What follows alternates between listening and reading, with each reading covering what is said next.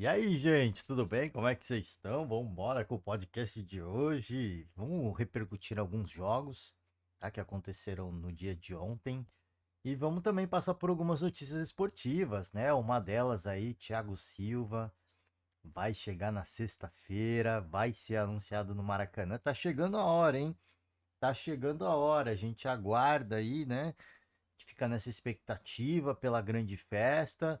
A gente não tem o costume mais de ver coletiva, de ver vídeo, para economizar um pouquinho de tempo aqui no podcast. Mas, né? Mas a apresentação do Thiago Silva, a gente vai ver um pouquinho aqui, né? A festa do torcedor a gente sempre prestigia. É o grande barato do esporte, né?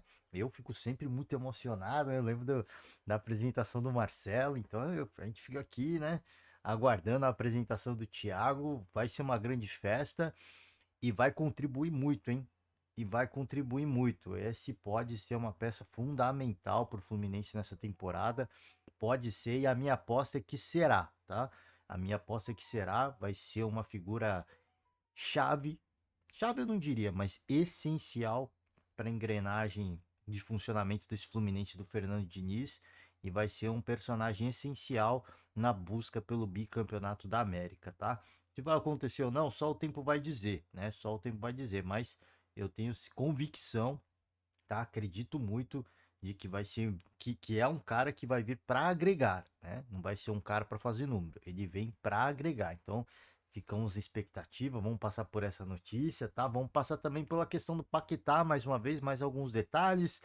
Vamos falar de 777, vamos falar de John Textor. Então, vamos iniciar aqui Campeonato Brasileiro, Juventude 1, Atlético Goianiense 0, o retorno da Série A ao Rio Grande do Sul, né? As equipes gaúchas já jogaram, mas essa é a primeira partida que acontece em solo gaúcho depois das grandes enchentes que aconteceram no estado do Rio Grande do Sul, tá? O jogo foi no Alfredo Jaconi, 1-0. Belo resultado para o Juventude. Cuiabá 0, Vitória 0. Outro jogo importante também a destacar é a Copa do Nordeste, hein? Fortaleza 2, CRB 0. Então aqui as tabelas, ó, eliminatórias da Copa da África, né? Para quem gosta, a gente não fala muito, né? Sobre outros campeonatos, nem Eurocopa a gente repercute direito, né? Mas tá aqui, se você gosta de Copa Africana das Nações, né? Das Nações Africanas, tá aqui, né? Deixar uma moral aqui, Serra Leoa, empate aqui, mais um empate. República Centro-Africana é sempre interessante, né? Conhecer novas bandeiras. A qualidade do futebol muitas vezes é questionável, né? A gente tem que ser sincero, mas é sempre importante conhecer novas bandeiras, uma oportunidade para você conhecer um pouco mais da geografia do mundo, não? Enfim, gente, vamos seguir tabela do Campeonato Brasileiro com a vitória do Juventude, né? Eu acho que tá somando aqui já, não? Não sei se está somando já, mas tá aqui o Juventude, temos Atlético Goianiense, situação bastante delicada. Tivemos Cuiabá, né? Tivemos Cuiabá e Vitória. Vitória na situação absolutamente degradante. E tivemos o Cuiabá também, né? Um pontinho Cuiabá. Ou seja, para muita gente que está aqui, Atlético Goianiense, Corinthians, né? O empate foi importante, né? O empate foi importante porque com as rodadas a menos, com os jogos a menos, duas vitórias do Cuiabá, poderia jogar o Cuiabá para cima, né? Empurrar o Corinthians e o Criciúma para baixo. Então já dá um alívio, né? Agora, com mais 3 pontos em disputa para chegar a 7 rodadas, aí chegaria no máximo ao Atlético Goianiense. Então tem muita gente que deve estar feliz, né? Tem muita gente que está feliz. Aqui o Juventude, 9 pontos, 6 jogos, ainda tem um jogo para disputar, tá? Copa do Nordeste, Fortaleza venceu o primeiro jogo, né? O jogo foi no Castelão e o jogo da volta vai ser no Rei Pelé. Fica aguardando, mas o Fortaleza abriu uma bela vantagem. Cara, assim, eu acho que assim, a chance do CRB era esse primeiro jogo, né? Segurar um resultado 1-0 de repente, ou 0-0 seria o ideal, mas 1-0 acho que agora moiou de vez, tá? Moiou de vez. Vai depender muito, acho que também das condições do gramado, né? Talvez mais do que a torcida, que vai pesar, obviamente, que faz a sua diferença, que tem o seu valor, que tem o seu poder de intimidação. Mas o Fortaleza é um time que hoje, né? Esse fator pesa, é relevante? É, mas não é muito relevante. O que vai pesar mais, eu acho que é a condição do gramado, né? Então, vamos ver se o gramado está adequado ou não. Se tiver ruim, na aleatoriedade do futebol, pode ser que o CRB leve uma vantagem, pode ser, né, ser inflamado pela torcida, a bola fica quicando estranha num campo gramado ruim, num campo horroroso. Vamos ver como é que vai estar as condições do gramado, né? O Vojvoda não é de reclamar, ele fala que quando o gramado tá ruim para todo mundo, então que vença o melhor, né? Mas o Fortaleza tem uma bela vantagem, acho que já está definido, tá? E, ó, a gente precisa guardar, mas são duas equipes totalmente distintas, em momentos são equipes distintas, obviamente, né? Tô falando óbvio, mas em momentos muito distintos, né? Momentos muito distintos em termos em todos os quesitos. O elenco que tem, na organização do futebol, na administração do clube, enfim. O Fortaleza hoje é um clube que, apesar de não ser SAF, é um clube que é administrado como SAF, né? Então, são momentos muito distintos. Acho que aqui foi apenas um reflexo, né, da diferença entre as duas agremiações. Fica sempre de exemplo. A gente sempre usa isso não para menosprezar, né? Muita gente às vezes fica ofendido. Não, é para servir de exemplo. Olhar para o outro lado, falar, cara, alguns anos atrás a gente podia dizer que estava até à frente do Fortaleza. Hoje os caras estão sobrando na nossa frente. O que que aconteceu? Será que não vale fazer algo semelhante? Né? É coisa dos caras, da diretoria, do presidente do CRB, olhar e falar, cara, há 6, 7 anos atrás, a gente estava muito à frente do Fortaleza. E hoje a gente está muito atrás. Alguma coisa muito relevante aconteceu. Né? Então, sempre quando esses encontros, esses embates acontecem, né? Tirando a final do Cearense, o Ceará ganhou. Tá, acontece, é clássico, né? Isso não pode pautar a temporada. Afinal de contas, o Fortaleza tá nas oitavas de final da Sul-Americana e tá na Série A do Campeonato Brasileiro. Ah, foi eliminado pelo. Foi, mas foi nas penalidades, brigaram, as duas camisas brigaram, foi palmo a palmo, foi gol a gol. Agora, o Ceará venceu o estadual, mas está na Série B. E aí, né? Lógico que vale a comemoração, lógico que vale a zoação, e isso tem que acontecer. O problema é que muitas vezes isso joga para baixo do tapete muitos problemas, né? Que podem ser corrigidos, que deveriam ser corrigidos, né? Então, eu acho que assim, esses embates são interessantes, e especialmente quando você perde, não porque é um desprestígio, não porque é uma vergonha, mas é para você olhar para outro lado e falar, cara, o que que aconteceu em tão pouco tempo? Por que que os caras em tão pouco tempo estão tão na frente da gente? Né? Por que que hoje eles conseguem rivalizar com grandes camisas do Campeonato Brasileiro da Série A, brigando pelo topo às vezes, eventualmente, e a gente não tem condições? Né? Então, assim, são coisas, são reflexões importantes e relevantes, né? E esses embates permitem isso, né? Bom, vamos embora, vamos com as notícias do dia. Thiago Silva, né? Thiago Silva deve chegar ao Brasil na manhã dessa sexta. Deve não, né? Tá afirmação, deve estar com a passagem comprada, já deve estar tudo certinho. Então, deve chegar no Brasil na manhã da sexta-feira e vai ser apresentado, né, no Maracanã. A gente fica muito ansioso, né? Eu que não sou torcedor, fico ansioso. Imagina o torcedor, né? Deve estar em polvorosa. É uma grande oportunidade.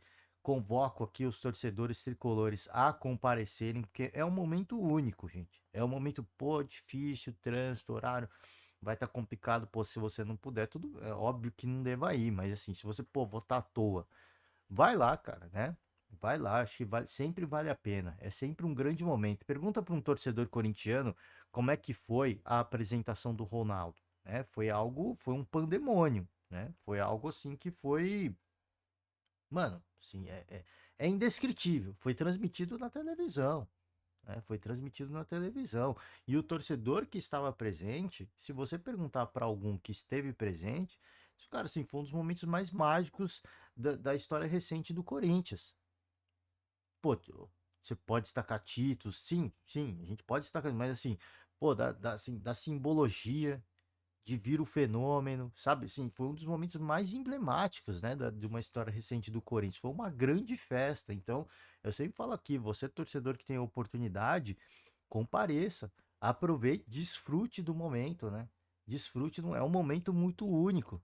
É um momento muito único, é um retorno de um grande craque e este não retorna para se aposentar. Este retorna ainda em grande fase, em grande forma física e ele volta para contribuir, né? Ele não volta para se aposentar, ele volta para contribuir. Então, quem puder, compareça, vai ser um grande. Infelizmente, eu estou em São Paulo, não vou ter condições de ir ao Rio de Janeiro, né? Até porque o poder financeiro não me permite isso, mas se permitisse, certamente, mesmo não sendo torcedor, estaria lá para ver esses grandes momentos, né? Grandes momentos do futebol que o futebol proporciona ao torcedor, tá? Vamos aqui o caso do Paquetá, porque mais detalhes, né? O artigo pelo Caê Mota e tivemos mais detalhes, né, do que disparou, né, o gatilho para a investigação acontecer. A aposta casada para cartões amarelos de Lucas Paquetá no jogo entre West Ham e Aston Villa e Luiz Henrique em Vila Real e Real Betis, né? Empate em 1-1 os dois jogos. Então, assim, aposta casada de cartões amarelos de Lucas Paquetá nesse jogo do West Ham e Aston Villa e do Luiz Henrique no jogo do Vila Real com o Real Betis. Ambos no dia 12 de março de 2023. Foi o que despertou o red flag, né? A bandeira vermelha, o gatilho, né? O famoso gatilho para que o gatilho de que poxa, pode ter algo errado, tá? Na ocasião, chamou a atenção a movimentação incomum na casa de apostas Betway, patrocinadora do West Ham. E aqui mais detalhes, né? A operação da Betway no Brasil é pequena, apresenta números irrelevantes perto dos seus concorrentes, né? Tem tantos concorrentes que hoje patrocinam grandes camisas do futebol brasileiro. E a Betway é pequena perto desses grandes concorrentes, né? Não vou destacar aqui, não vou fazer uma propaganda gratuita, mas vocês sabem quem são, né? O São Paulo tem um, o Corinthians tem um, então, assim, as grandes casas de apostas hoje já patrocinam as grandes equipes do futebol brasileiro perante e tem maior volume de usuários no estado de São Paulo, tá? Então, assim, a operação da Betway no Brasil é pequena, ela é muito inferior à dos seus concorrentes e o maior volume de transações acontecem no estado de São Paulo, com ênfase na capital paulista. O que aconteceu foi um grande volume de apostas, foi apostas que movimentaram um grande volume de dinheiro no Rio de Janeiro, na ilha de Paquetá, né? Nesta data, foi identificada no município de Duque de Caxias, na Baixada Fluminense, 7 apostas casadas que totalizavam um valor de aproximadamente 60 mil para que Lucas Paquetá e Luiz Henrique fossem advertidos em seus jogos, o que acabou acontecendo. A partir daí, instaurou-se uma varredura mais criteriosa e aprofundada que identificou outros 3 jogos com características similares de apostas, em cartões amarelos do meia da seleção brasileira contra Leeds United, Leicester City, Leicester City, acho que é isso, né? E Bournemouth, este já na última temporada, tá? Então, mais detalhes, né? Mais detalhes. Por isso que por isso que foi o famoso gatilho, né? Que às vezes apostas, tem um grande volume de apostas numa grande casa de apostas, que é comum, às vezes não. Às vezes o montante é incomum, mas o volume de apostas é comum, então de repente, pô, tá estranho, mas dá para passar. Esse caso realmente muito complicado, né? Porque já destaca que a Betway é pequena do Brasil. A grande, os maiores volumes, né, as maiores movimentações acontecem em São Paulo, na capital paulista. E aí aconteceu uma grande aposta no município de Duque de Caxias, na Baixada Fluminense, né? Então, assim, muito estranho, né? Então já houve um volume muito grande, um montante muito grande numa região que não era comum de acontecer movimentações da Bet. Por isso que foi acionado aí o famoso gatilho, né? Para que algo errado estivesse acontecendo, tá? E aí apuraram, né? Partiram para uma apuração através de pesquisa de fonte aberta, sem necessariamente quebra de sigilo, que foi suficiente para identificar a proximidade de Lucas Paquetá com esses apostadores, né? Então, assim, não precisou nem quebrar sigilo de nada. Eles viram quem foram os apostadores, devem ter feito uma varredura em rede social, enfim, Facebook, Instagram. Por isso que eu falo, gente, assim, às vezes você gosta de publicar tudo em rede social, Às vezes os caras até, eu não sei, tá, gente? Eu não sei. Às vezes os caras publicaram até na rede social que ganharam muito dinheiro, né? Então tá aí mais uma prova gratuita. Você não precisa nem não precisa nem quebrar sigilo. Os caras fizeram uma busca aberta, tiveram os nomes dos usuários na mão, procuraram nas redes sociais, viram que tinha proximidade com o Paquetá, muito provavelmente um seguiu o outro e tudo mais. E aí, muito provavelmente, alguns poderiam até ter publicado, né? O que eu não duvido. O que eu não duvido, porque muita gente gosta de expor muita coisa nas redes sociais. Então, você que é a favorável desse movimento, cuidado, né? Às vezes uma coisa pode jogar contra você. Não estou dizendo que você está fazendo uma coisa errada, mas, né? Mas pode acontecer. Você pode fazer uma coisa errada sem saber, vai saber, né? Tem coisas que acontecem, né? Enfim, identificado através de seus IPs e cadastros, né? Então os caras vão lá, pedem para casa de aposta quem foi que fez essas apostas, pega o nome do usuário, pega o IP e vai atrás de uma busca aberta. Que eu falei, digita o nome no Facebook, no Instagram, no TikTok e vai começar a aparecer, né? Vai começar a pipocar. Pô, esse fulano aqui, ele é seguido pelo Paquetá. Esse fulano aqui segue o Paquetá, né? Eles se seguem, tem uma proximidade, não? Nos aparelhos não foram identificadas conversas objetivas do jogador sobre apostas específicas. Por outro lado, os investigadores entendem ter provas suficientes para atestar a relação de proximidade do atleta com os usuários, fosse através de mensagens de temas diversos ou diálogos com terceiros, né? Então vamos ver, cara, vamos ver. A gente vai começar a pipocar mais detalhes do que está acontecendo, do que aconteceu. Esses são detalhes importantes, tá? Não estou dizendo que alguma coisa aconteceu, só estou dizendo que assim é relevante, né? É muito estranho, né? É muito estranho, uma movimentação muito estranha. Pode ter sido ao acaso? Sem dúvida que pode ter acontecido ao acaso.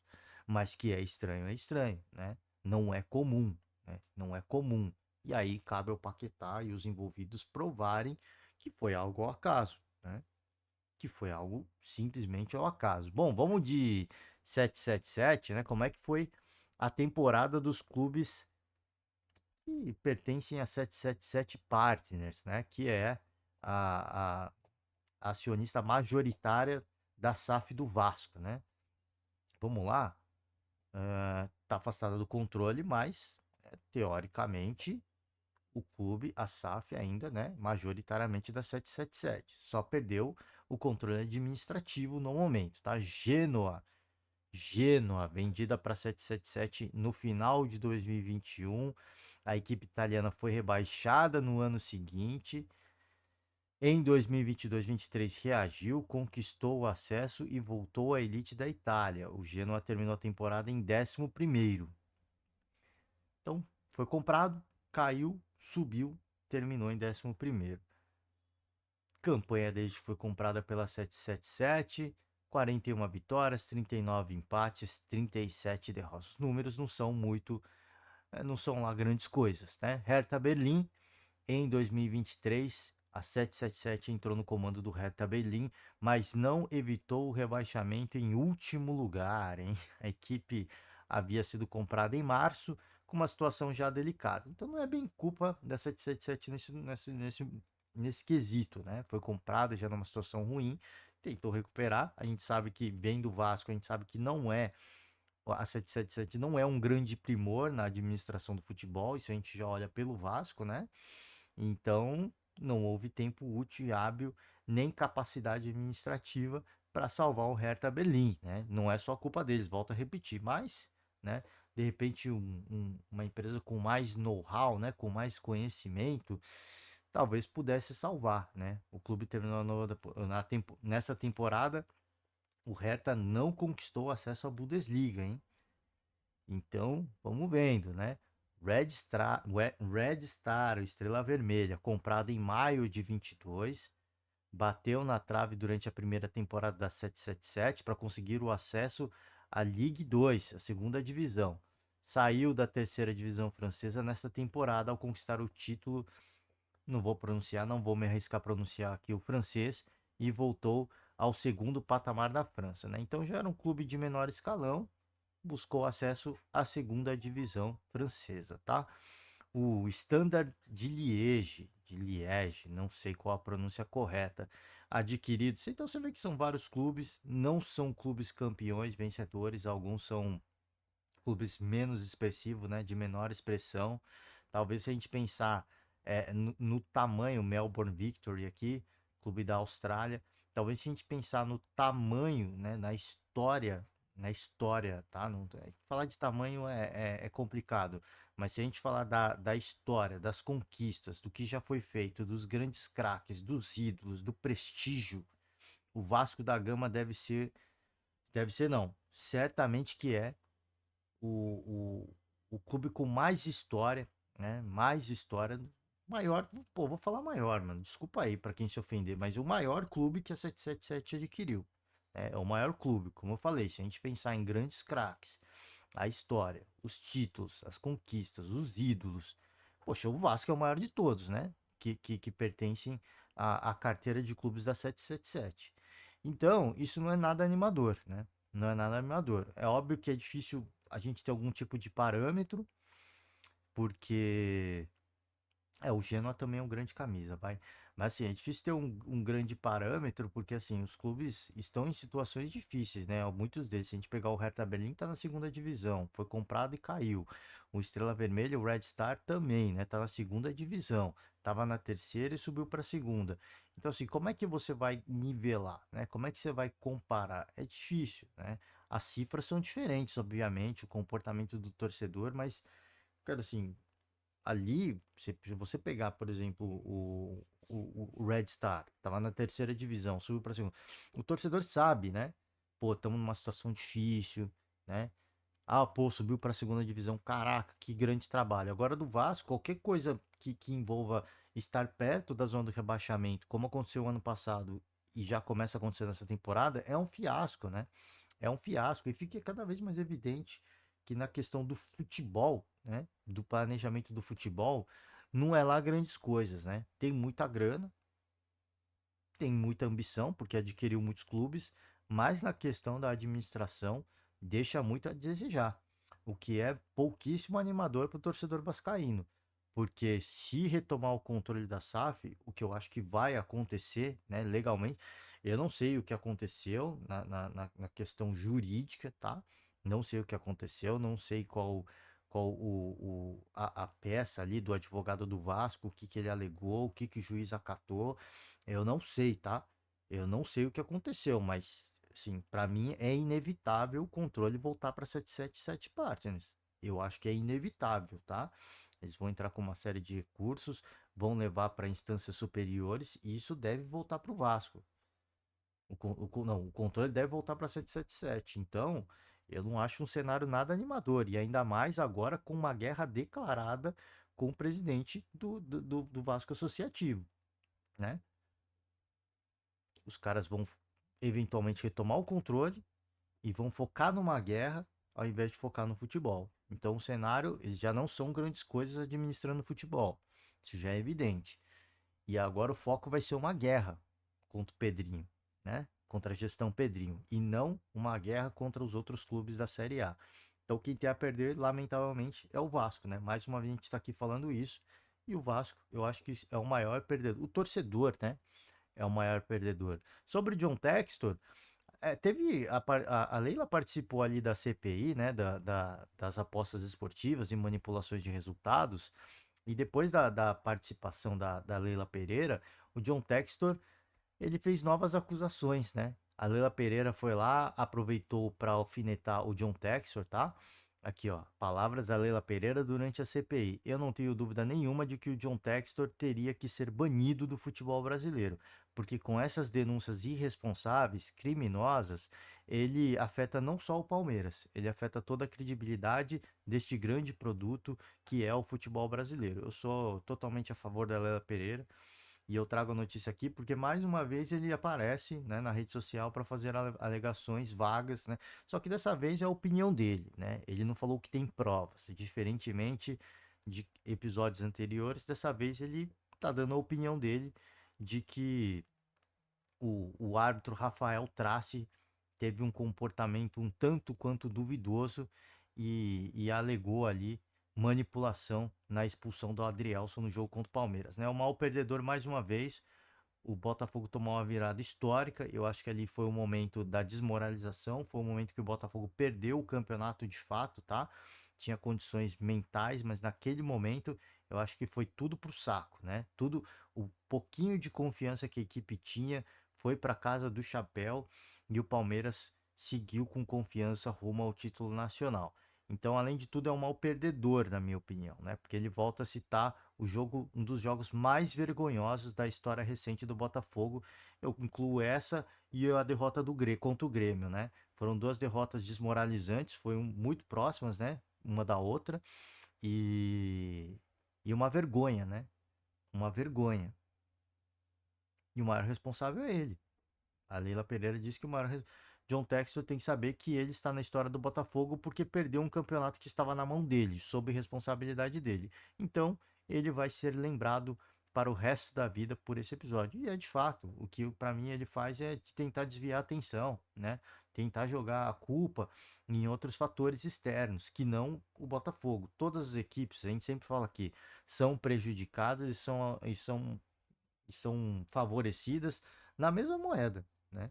O tanto que o Botafogo de repente foi prejudicado no segundo turno, o Palmeiras foi prejudicado no primeiro, né? Tantos e tantos, a gente cansou de ouvir o Abel Ferreira reclamar. O auxiliar do Abel Ferreira, naquele início de temporada, para quem não se recorda, diz que não é interessante um bicampeão, né? Ele falou que, como é que ele falou? É um esquema que ele falou? Eu esqueci o termo que ele usou, né? Esqueci até o nome dele. Não merece nem ser lembrado também, né? Pela fala dele infeliz. Mas enfim, para quem não se recorda, o início de temporada foi o auxiliar do Abel Ferreira dizendo que havia, né, um. Puta, não é esquema que ele falou algum outro termo, né? E que não era interessante para o campeonato um bicampeão. E o Palmeiras terminou bicampeão. E a gente termina a temporada, inicia a nova temporada com o dono da SAF do Botafogo falando uma pá de lambança. Então eu sou a favor, eu estou com a Leila Pereira. Ele tem que ser banido do futebol. Porque ele faz alegações, ele fala que tem provas e até hoje ninguém viu prova nenhuma. E ele diz que entregou a prova para a polícia. E até hoje ninguém viu nada, né? Ninguém viu absolutamente nada. Então, eu sou a favor. Ele quer continuar na rede social? Pode continuar postando, publicando coisas na rede social, mas envolvido com questões esportivas, ele não pode mais. Eu acho que ele tem que ser banido pelo que ele fez, né? Não sei o que vai acontecer, não sei se ele vai ser indiciado em algum momento, pelo jeito não, né? Pelo jeito não, esse é o mundo que a gente vive. Você pode fazer acusações sem pé nem cabeça, né? E você não é nem indiciado, mas enfim, né?